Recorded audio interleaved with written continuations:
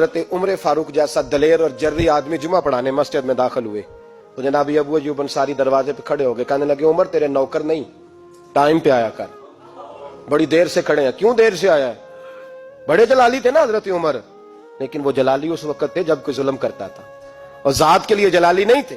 کہا وقت پہ آیا کر، کو ملازم نہیں تیرے۔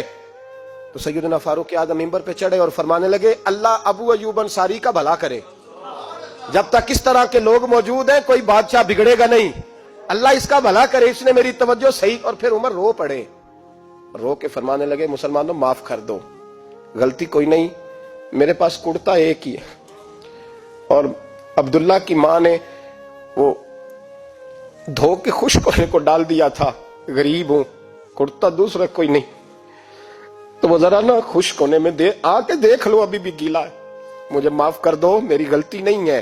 صحابہ درد کے ساتھ رونے لگے اور کہنے لگے اللہ اس طرح کے حکمران ہمیشہ عطا کرتا رہے۔ میرے بھائی تو انصاف کا رنگ تو دے، ان تقاضوں کو سمجھنا۔ یہاں کسی کی جرت ہے بول سکے، طاقت ہے کسی کی، لیکن انہوں نے اپنے آپ کو پیش کیا، سامنے پیش کیا اپنے آپ لوگوں کے سامنے۔ دو مال غنیمت کی چادریں بانٹ رہی ہیں، سب کو ایک ایک ملی ہے۔ فاروق اعظم جمعہ پڑھانے آئے تو اسی چادر کا کرتا، اسی کی تامت، لوگ کھڑے ہو گئے، عمر بتا تو نے دو کیوں لی؟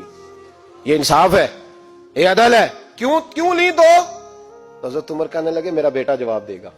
عبداللہ بن عمر بولے، کہنے لگے ابا جی کے کپڑے بڑے پرانے ہو گئے تھے، میں نے اپنے حصے کی بھی اپنے ابا جی کو دے دی ہے۔